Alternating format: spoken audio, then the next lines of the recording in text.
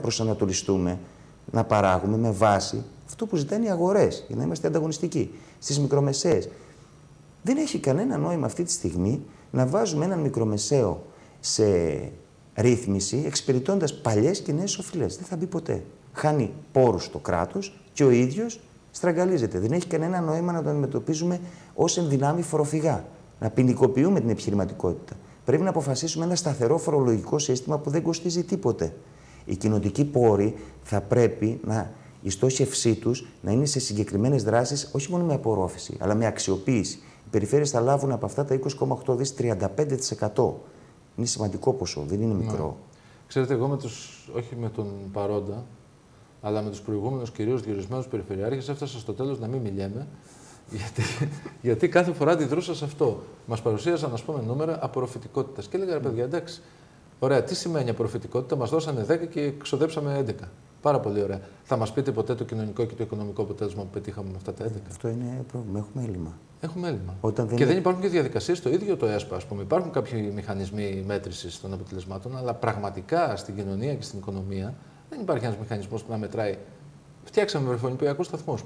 Πάρα πολύ ωραία. Αυτό είναι ένα μετρημένο κοινωνικό αποτέλεσμα. Ακριβώς. Στις επιχειρήσεις χρηματοδοτήσαμε αυτές τις δράσεις. Από εκεί και πέρα τι έγινε οι επιχειρήσεις? Περισσότερες καταστράφηκαν. Ναι. Πρέπει να αρχίσουμε να μετράμε κοινωνικούς δείκτες και αυτό είναι και στην επόμενη προγραμματική περίοδο και να μετράμε αξιοποίηση και όχι απλά απορρόφηση. Δεν έχει νόημα δηλαδή να κάνουμε δράσεις μέσω των αξώνων του ΕΣΠΑ οι οποίοι στοχεύουν μόνο στην απορρόφηση και δεν πηγαίνουν τα χρήματα εκεί που υπάρχει πραγματική ανάγκη. Αυτό πρέπει να γίνει. Είναι ζήτημα δικό μας. Είναι ζήτημα πολιτικής τόλμης. Δηλαδή, άμα μου πεις εμένα, άνοιξε μια λακκούβα μέχρι τον Εύρο από την Αλεξανδρούπολη, δεν είστε? Η καταγωγή μου, ναι, αλλά μένω στην Αθήνα. Ναι. Και ξανακλείσει την μετά, μπορεί να απορροφήσω πάρα πολλά χρήματα. Δηλαδή, θα έχω κάνει μια τρύπα στο νερό, ας πούμε. Είναι αυτό που λέτε. Δηλαδή, ειλικρινά δεν το καταλαβαίνω αυτό. Εν πάση περιπτώσει. Δημόσιο. Το είπατε πριν. Με αυτούς τους όρους που λειτουργεί το ελληνικό δημόσιο, το οποίο το έχουμε ψηλοδιαλύσει, ας πούμε, μνημόνια, εφαρμοστική κτλ. Διαθεσιμότητες, απολύσεις, δεν ξέρω τι άλλο. Είναι ένας, κατά την άποψή μου, απαραίτητος πυλώνας για να διαχειριστείς αυτούς τους πόρους. Όλες οι χώρες έχουν κράτη. Βέβαια, ένας από τους βασικούς πυλώνας που κάνει τη διαχείριση του ΕΣΠΑ είναι στελέχη τα οποία είναι ιδιωτικού δικαίου. Όλο αυτό δεν έχει καμία σημασία. Ναι, αλλά έχουν άμεση συνέργεια με το δημόσιο. Σαφέστατα. Όλες οι χώρες έχουν δημόσιο. Απλά εμείς αυτό το οποίο κάναμε ήταν να ακολουθήσουμε μια πολιτική που ήταν κυρίως για ψυχολογικούς όρους. Γιατί ξέρετε, το αποτέλεσμα από όλα αυτά που έγιναν στο δημόσιο, δημοσιονομικά, είναι πενιχρό. Έτσι, δεν είναι μεγάλο. Ναι, δεν έχει νόημα να μιλάμε συνεχώς επί ένα χρόνο για αξιολόγηση χωρίς να γίνεται αξιολόγηση. Ούτε έχει νόημα να κάνουμε να παίρνουμε οριζόντια μέτρα, χωρίς να. Εδώ πρέπει να γίνει αξιοποίηση. Και η αξιοποίηση μπορεί να γίνει. Ξαναείπα ότι στο δημόσιο δεν είναι όλοι για πέταμα. Φερειπίν οι περιφέρειες και οι δήμοι και σε μεγάλο βαθμό τα υπουργεία είναι βασικοί πυλώνες μέσω των οποίων θα διοχετευτούν οι πόροι του ΕΣΠΑ και θα γίνει η διαχείριση και η αξιοποίηση. Εκεί λοιπόν υπάρχει τεχνοκρατικό προσωπικό το οποίο σε ένα βαθμό αξιοποιείται και πρέπει περισσότερο. Δηλαδή πρέπει να είναι οι επιταχυντές μιας διαδικασίας και όχι οι τροχοπέδοι. Συμφωνούμε απολύτως. Να σας ρωτήσω κάτι τώρα, γιατί φτάνουμε και στο τέλος. Γιατί ελιά? Σε αυτόν που μας βλέπει. Για μένα, κύριε Γιαννακόπουλη, η απάντηση ήταν απλή. Εγώ προέρχομαι από την καθημερινότητα, από τους χώρους εργασίας και τα τελευταία 4 χρόνια αυτό το οποίο βιώναμε και βλέπαμε όταν καταφέρναμε να δούμε αργά το βράδυ στην τηλεόραση ήταν πρωτόγνωρες σκηνές. Δηλαδή αυτή η ισοπαίδωση, οι δικαιολογημένες γιγαντιαίες διαδηλώσεις, η ανέξοδη κριτική, οι προπυλακισμοί πολιτικών προσώπων, δηλαδή η πολιτική μας έφτασε στο τελευταίο σκαλοπάτι απαξίωσης. Ίσως δικαιολογημένα. Ναι. Αλλά θεωρώ ότι η πεποίθησή μου, μπορεί να πέφτω έξω, είναι ότι η πολιτική ιστορία αυτού του τόπου, αν θέλετε η πολιτική ξανά, θα δομηθεί από ανθρώπους της διπλανής πόρτας της απλής καθημερινότητας. Και δεν μπορεί πάντα να παίρνουμε ανέξοδες από αυτό. Είναι πολύ εύκολο να μπαίνει στο κύμα της εποχής, να τάζεις τα πάντα, να υπόσχεσαι τα πάντα, αλλά πρέπει να είσαι ειλικρινής και απέναντι σε αυτούς που μιλάς καθημερινά μαζί τους, ότι επιλέγεις τον δρόμο της ευθύνης, το δύσκολο δρόμο. Επιλέγεις να πεις την αλήθεια, να είσαι ειλικρινής μαζί τους, ότι έχουν αλλάξει τα πράγματα, δεν είναι έτσι. Δεν θα είναι όπως ήταν παλιά.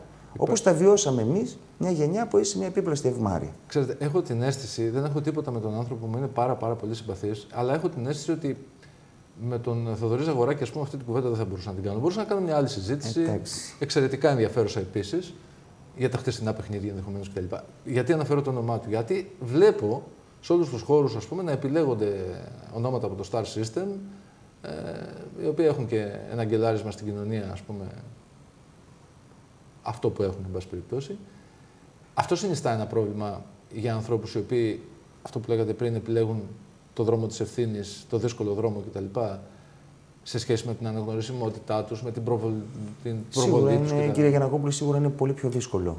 Αλλά για πρώτη φορά οι πολίτες έχουν τη δυνατότητα να δείξουν στην κοινωνία, αποφασίζοντας, έτσι δεν στέλνουν μήνυμα, αποφασίζουν ότι τα πράγματα μπορεί να έχουν αλλάξει στα οικονομικά, στα κοινωνικά, να έχει αλλάξει η καθημερινότητα και η ζωή τους και είναι η ώρα να αλλάξουν και στην πολιτική. Ασχέτως ποιος προτείνουν τα κόμματα, αυτοί θα αποφασίσουν.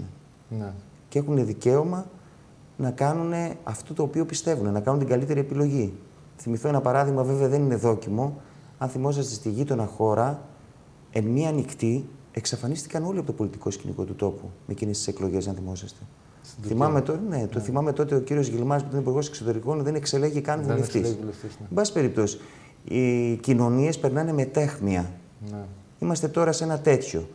Έχει τα θετικά, έχει και τα αρνητικά. Ας το αξιοποιήσουμε. Υπάρχει ελπίδα. Για αυτόν που μας βλέπει, ας πούμε. Δηλαδή, πάντα θεωρώ τι μπορούμε να του πούμε, ποια είναι η ελπίδα του με τη συμμετοχή του. Γιατί ξέρετε, το μεγαλύτερο πρόβλημα είναι κάποιος ότι λέει: ναι, ρε παιδιά, δίκιο έχετε.